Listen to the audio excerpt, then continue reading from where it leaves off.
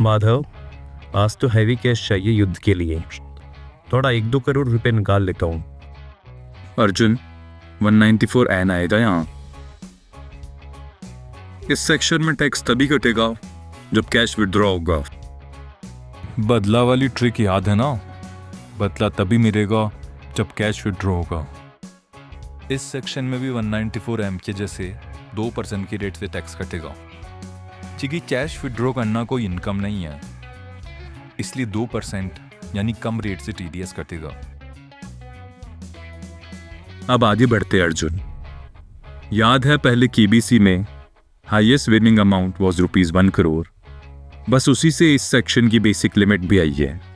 अगर 1 करोड़ तक विड्रॉ किया तो कोई टीडीएस नहीं आता है, पर जैसे ही ये लिमिट क्रॉस हुई तो टीडीएस लगेगा, और 1 करोड़ से अबव जितना भी अमाउंट था उस पे टीडीएस लगेगा, यानी सिर्फ एक्सेस अमाउंट पे। पर अर्जुन, ध्यान से देखो, अभी तुम कुरुक्षेत्र बैंक से पैसे निकाल रहे हो। अगर यही अमाउंट कुरुक्षेत्र कोऑपरेटिव सोसाइटी से निकालते तो लिमिट 1 करोड़ की जगह 3 करोड़ हो जाती। अब आते इस सेक्शन के सबसे मेन प्रोविजन पे अर्जुन। नॉन फाइलर्स, यानी जिन्होंने पिछले 3 साल की आईटीआर फाइल नहीं की है, उनके केस में जो लिमिट है वो 1 करोड़ से 20 लाख पे आ जाती है।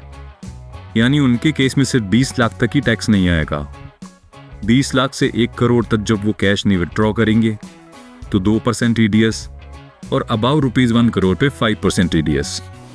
ये आईटीआर फाइल नहीं करने की कॉन्सिक्वेंसेस है।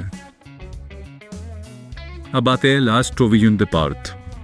No TDS if cash withdrawal by government, banks, cooperative banks, post office और white label ATM operators of banks और कोऑपरेटिव बैंक्स।